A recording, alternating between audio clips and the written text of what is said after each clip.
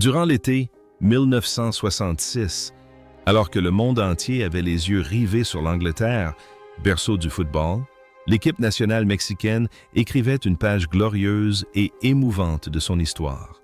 Menée par une génération de joueurs talentueux, elle affichait un jeu défensif solide, tout en offrant des éclairs de génie offensif, ravissant les supporters dans des stades mythiques comme Wembley. Cette année-là, le Mexique non seulement remporta un succès professionnel en tenant en échec la France et l'Uruguay, mais entra également dans la légende grâce à la présence de ses héros vivants. Mais derrière ces moments de gloire se cachaient des joueurs au destin bien différent.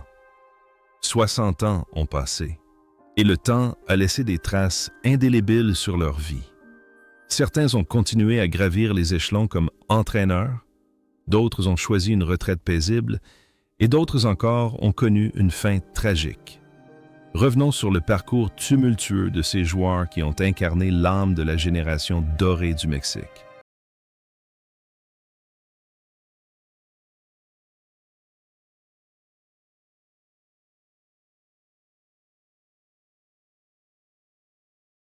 Enric Borja n'avait que 20 ans à l'époque, mais il avait déjà démontré les qualités d'un buteur instinctif dans la surface de réparation. Avec sa chevelure au vent et sa course élégante, Borja incarnait le plus grand espoir de l'attaque. Sa performance à 20 ans fut brillante lorsqu'il marqua le but historique contre l'équipe de France à Wembley. Ce moment n'était pas qu'un simple but, c'était la consécration d'un jeune talent aux yeux du monde entier. Après ce tournoi mémorable, la carrière de Borja entra dans une période de bouleversement et de gloire. Il devint l'enjeu du transfert le plus controversé de l'époque lorsqu'il quitta les Pumas pour le Club América. Un transfert auquel Borja s'opposa d'abord fermement par loyauté, mais qui le transforma par la suite en la plus grande idole de l'histoire du club, avec 3 titres consécutifs de meilleur buteur. La vie d'Enric Borja en dehors des terrains est un parcours intellectuel remarquable. Après sa retraite, loin de se complaire dans la gloire passée, il s'est lancé dans les affaires et la gestion de clubs de football, occupant notamment les postes de président de la Fédération mexicaine de football et du club Necaxa. Commentateur sportif de talent, il inspire également des millions de téléspectateurs latino-américains. Sa vie personnelle est exemplaire. Un mariage stable et une famille préservée, même face à la frénésie médiatique. Le parallèle entre son rôle de finisseur sur le terrain et celui de leader en dehors est particulièrement frappant. Sur le terrain, il est rapide et décisif. En dehors, il est calme et profond. Aujourd'hui, à 79 ans, Enric Borja continue d'incarner un mentor expérimenté et un guide spirituel respecté. La flamme de sa passion est toujours aussi vive, et chacun de ses pas dans le monde du sport est suivi par des fans qui vouent un profond respect à cette légende vivante.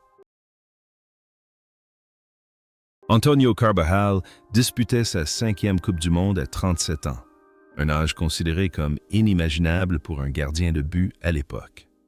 El Cinco Copas était alors l'âme et le père spirituel de toute l'équipe.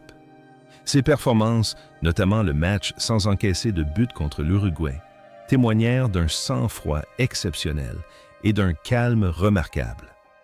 Il ne se contentait pas de protéger une équipe, il défendait la fierté de toute une nation.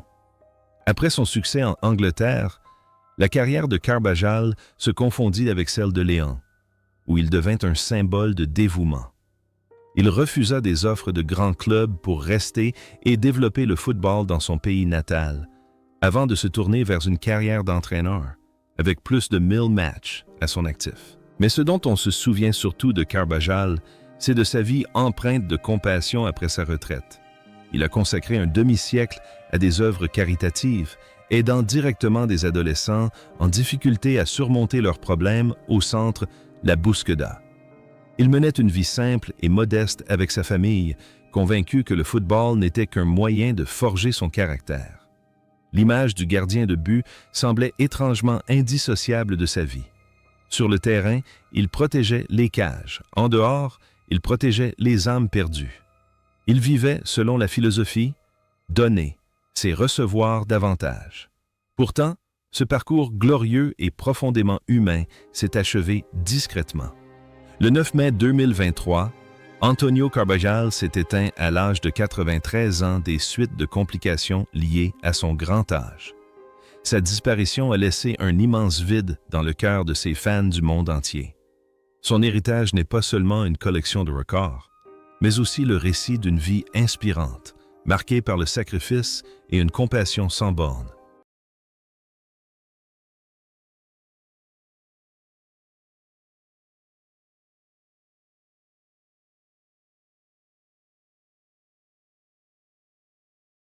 Gustavo Peña, surnommé El Halcón, le Faucon, était le pilier de la défense mexicaine en 1966.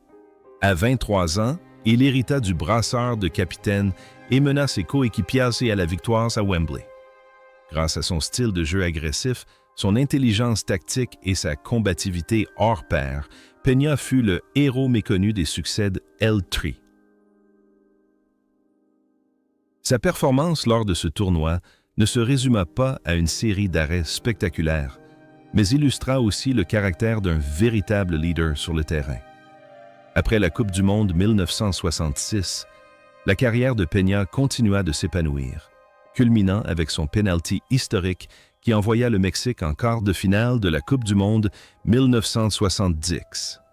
Il fut un joueur irremplaçable de Cruz Azul et de Monterrey, remportant de nombreux titres prestigieux.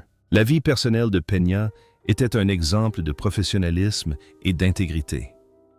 Homme discret, dévoué à sa femme et à ses enfants, il a toujours mené une vie saine et disciplinée. Après sa retraite, il s'est tourné vers l'entraînement, tout en consacrant davantage de temps à sa famille et à la vie sociale de sa ville natale.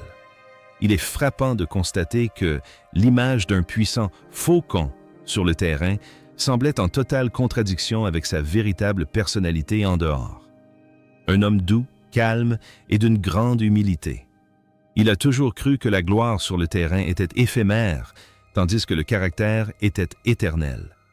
Cependant, ce parcours exceptionnel s'est brutalement interrompu après une longue lutte contre la maladie. Le 19 janvier 2021, Gustavo Peña s'est éteint à l'âge de 78 ans des suites de complications liées au diabète. La disparition de ce capitaine légendaire a plongé le football mexicain dans une immense tristesse, mais l'image de El Halcón déployant ses ailes pour protéger les buts restera à jamais gravée dans le cœur des supporters. À 23 ans, Aaron Padilla était le pilier de l'aile offensive grâce à ses dribbles éblouissants et sa fameuse technique du bicyclette.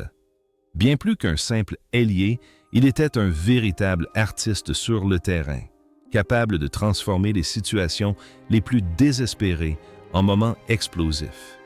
Ses performances en Angleterre ont brillamment illustré l'essence même du football mexicain, technique, agile et d'une grande finesse. Après son succès en Coupe du Monde, il est devenu une icône des Pumas UNAM et a connu de grands succès dans ses clubs respectifs. La carrière de Padilla ne s'est pas arrêtée là. Il était également un entraîneur de talent, ayant notamment présidé la commission d'arbitrage de la Fédération mexicaine de football. La vie personnelle de Padilla était intimement liée à son engagement social. Homme franc et direct, il a toujours milité pour l'équité dans le football. Il avait une famille heureuse et a su transmettre sa passion pour ce sport à ses enfants. Son talent d'artiste, toujours capable de se faufiler entre les défenseurs sur le terrain, semblait se refléter dans sa vie privée, lui permettant de gérer avec brio les complexités du management footballistique. Il a mené une vie brillante et dévouée, respectée de tous. Cependant, ce parcours exceptionnel s'est brutalement et douloureusement achevé dans la tourmente de l'époque. Le 14 juin 2021, Aaron Padilla s'est éteint à l'âge de 77 ans des suites de complications liées à la COVID-19. Sa disparition, en pleine crise mondiale, a laissé un immense vide, mais son jeu de jambes exceptionnel restera à jamais une page glorieuse de l'histoire du football.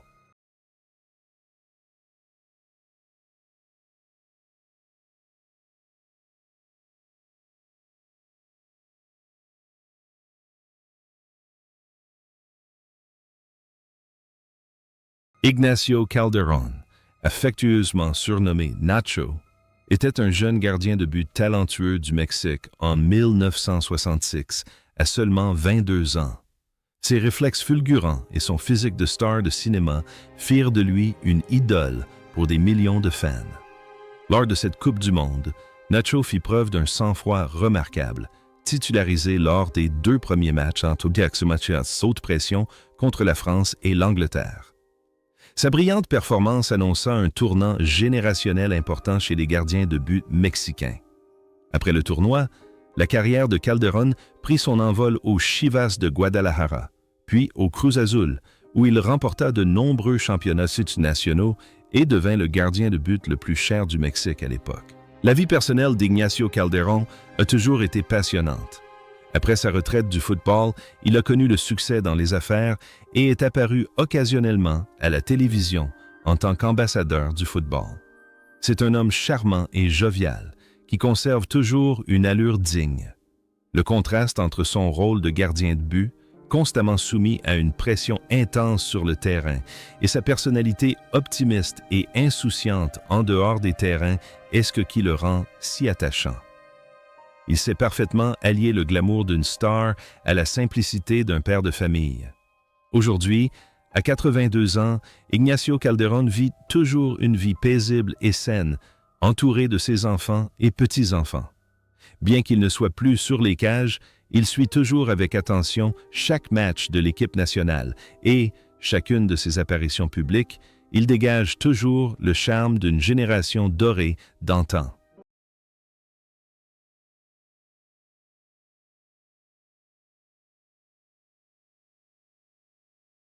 Salvador Reyes, surnommé Chava, fut la figure la plus emblématique du football mexicain des années 1960.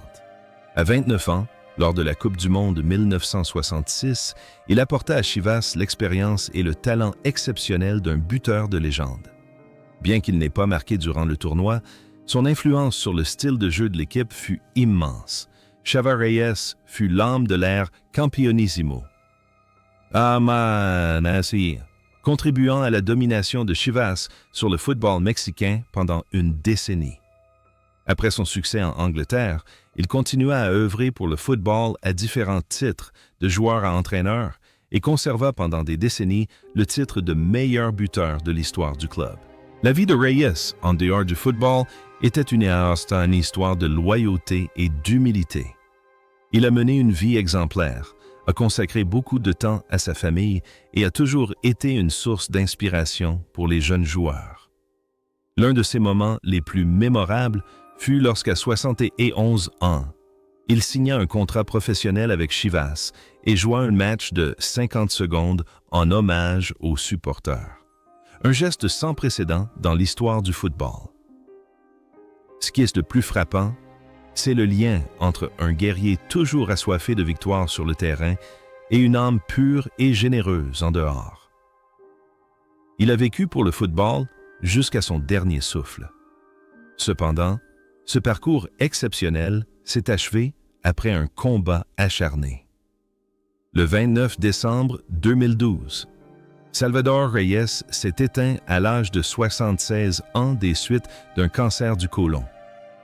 Sa disparition a plongé le football mexicain dans une profonde tristesse, mais l'héritage de cet immortel Chava restera à jamais gravé dans le cœur de chaque supporter de Chivas.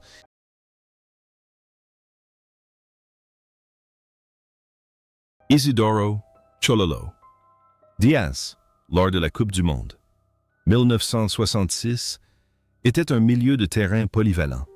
Un héros discret assurant la liaison entre la défense et l'attaque à l'âge de 28 ans. S'il ne possédait pas les dribbles flamboyants de Padilla ou Borja, son endurance et son sens tactique aiguisé constituaient les fondements du style de jeu mexicain. Sa performance en Angleterre témoigna de la maturité et du sang-froid d'un joueur ayant disputé de nombreux matchs de haut niveau. Après le tournoi, il demeura un pilier des Chivas de Guadalajara, contribuant largement au titre consécutif de l'équipe. Sa carrière fut une symphonie de constance et de dévouement.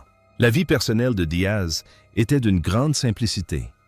Loin du tumulte médiatique, il se consacrait à sa petite entreprise et à ses activités communautaires dans sa ville natale. Connu pour sa sensibilité et ses liens étroits avec ses anciens coéquipiers, son image de milieu de terrain appliqué semblait étrangement en décalage avec sa vie réelle. Un homme qui, discrètement, s'efforçait de construire son propre bonheur sans rechercher la gloire. Il menait une vie authentique et sans prétention, fidèle à la philosophie. Agis plus que tu ne dis. Aujourd'hui, à 87 ans, Isidoro Diaz coule toujours des jours paisibles en famille au Mexique. Malgré des jambes fatiguées par des années de compétition, l'esprit combatif de ce milieu de terrain d'exception transparaît encore dans sa façon de parler de football et il demeure un symbole vivant d'une génération dorée.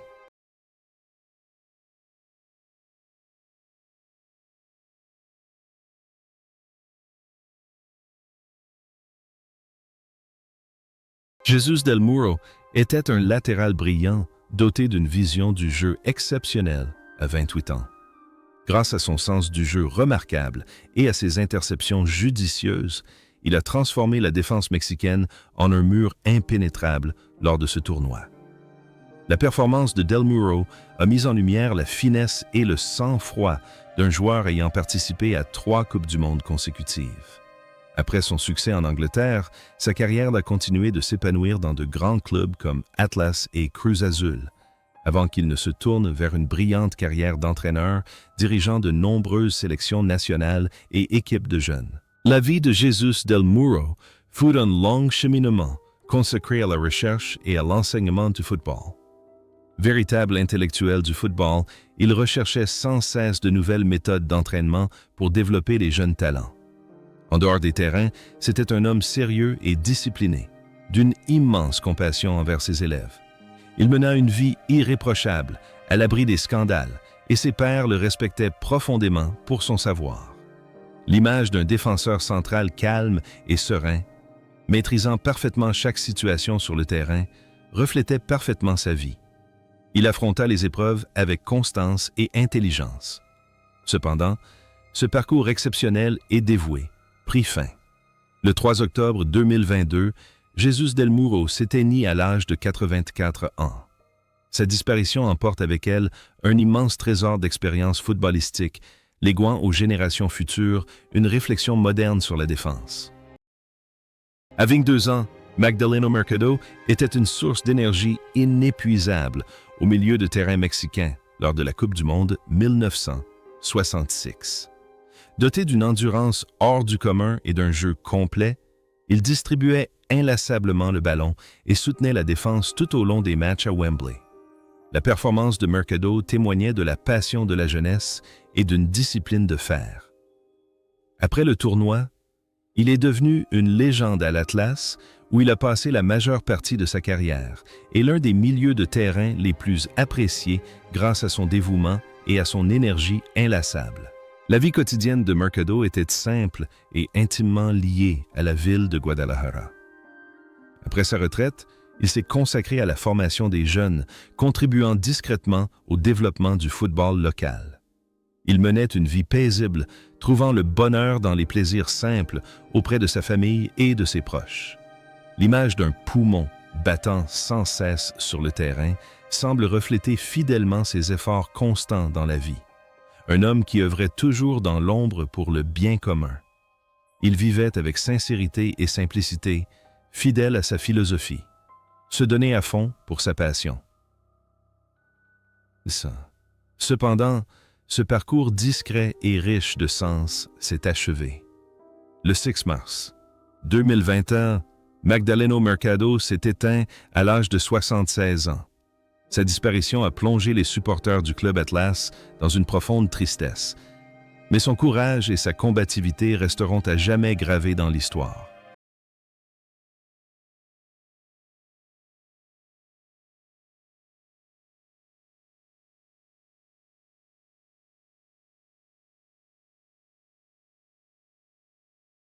Javier Chalo Fragoso était un attaquant d'une intelligence de jeu exceptionnelle, capable de renverser le cours d'un match pour le Mexique en 1966, à l'âge de 24 ans. Malgré sa taille relativement modeste, il possédait une technique hors pair et un sens du but aiguisé. Lors du tournoi en Angleterre, Fragoso fut un élément essentiel de l'attaque explosive et imprévisible du Mexique. Après la Coupe du Monde, sa carrière prit son envol au Club América, où il inscrivit des buts mémorables et entra dans la légende comme l'un des meilleurs attaquants de sa génération.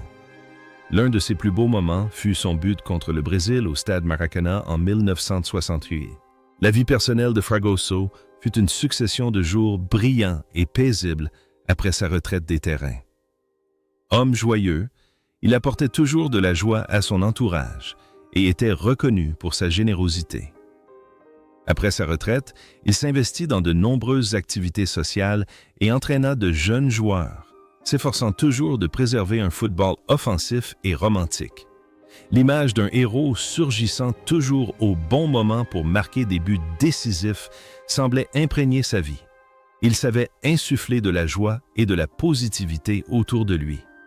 Cependant, ce parcours exceptionnel prit fin tragiquement.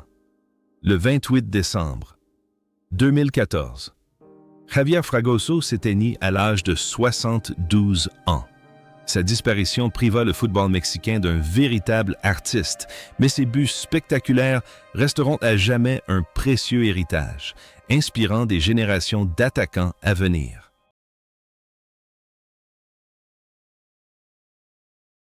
Guillermo Hernández, surnommé El Campeón, le champion, fut l'un des arrières droits les plus constants du Mexique lors de la Coupe du Monde 1966, à l'âge de 23 ans. Son style de jeu discipliné et solide, ainsi que sa capacité à soutenir efficacement les attaques, faisaient de lui un choix fiable sur l'aile. Ses performances en Angleterre témoignèrent de la maturité et du sens des responsabilités d'un jeune joueur. Après le tournoi, la carrière d'Hernández prit son envol dans des clubs comme Atlas et Club América, où il remporta de nombreux titres importants et devint l'un des défenseurs les plus réguliers de l'histoire du football mexicain. La vie quotidienne d'Hernández était intimement liée aux activités sportives de sa communauté. Il menait une vie intègre, accordant une grande importance à l'éducation et à l'entraînement physique de ses enfants. Après sa retraite, il s'est tourné vers l'entraînement et la gestion, conservant toujours une attitude digne et professionnelle. L'image d'un défenseur veillant constamment à la sécurité sur le terrain semble refléter fidèlement sa véritable nature en dehors. Un homme fiable, un pilier pour sa famille. Il a vécu une vie paisible, sachant parfaitement concilier la gloire passée et la tranquillité présente. Aujourd'hui, à 83 ans, Guillermo Hernández mène toujours une vie saine et active au Mexique. Bien qu'il ne soit plus directement impliqué dans le football de haut niveau, il demeure un symbole de persévérance et de résilience. Et à chacune de ses apparitions, ses supporters l'appellent toujours respectueusement El Campeón.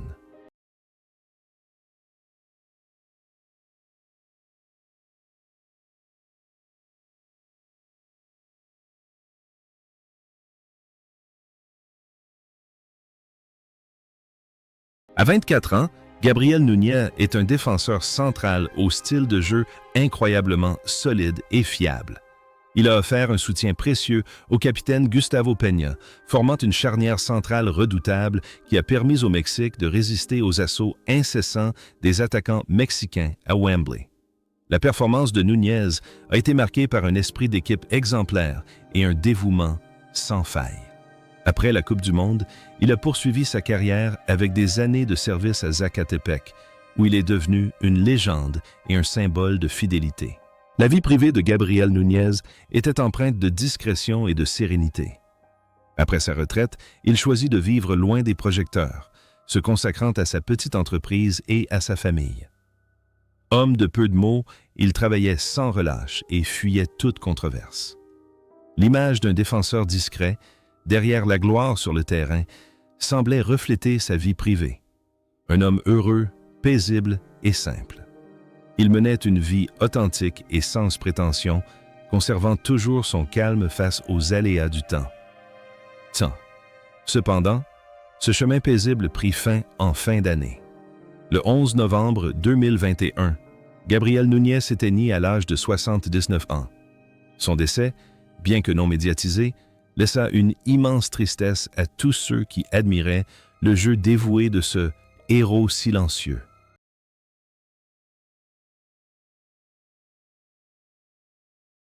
Arturo Chairez, surnommé avec respect El Curita, le pasteur, fut l'un des plus grands latéraux droits de l'histoire de Chivas et un pilier de la défense mexicaine lors de la Coupe du Monde 1966, à l'âge de 29 ans. Son style de jeu intelligent, élégant et d'une grande efficacité déstabilisait les attaquants adverses par son calme remarquable. Ses performances en Angleterre démontrèrent la finesse et le caractère d'un grand joueur, capable de contrôler le jeu sans recourir à la force brute. Après le tournoi, il rejoignit la grande génération du Campeonísimo, remportant de nombreux championnats nationaux avec Chivas. La vie quotidienne d'Arturo Chairez était un exemple de moralité et d'humilité. Il menait une vie intègre, consacrant une grande partie de son temps à des œuvres caritatives et à l'enseignement du football aux enfants défavorisés. Il était aimé non seulement pour son talent, mais aussi pour sa grande générosité. L'image d'un défenseur au sang-froid et à la passion semblait s'être concrétisée dans sa vie. Il était toujours un médiateur et un soutien spirituel pour sa famille et sa communauté. Après sa retraite, il menait une vie paisible à Guadalajara, préférant la tranquillité aux paillettes et au glamour. Cependant, ce parcours vertueux a pris fin. Le 18 juin 2020, Arturo Chairez s'est éteint à l'âge de 83 ans. La disparition du pasteur a laissé un vide immense dans le cœur des supporters de Chivas, mais son caractère noble restera à jamais une source d'inspiration pour les générations futures.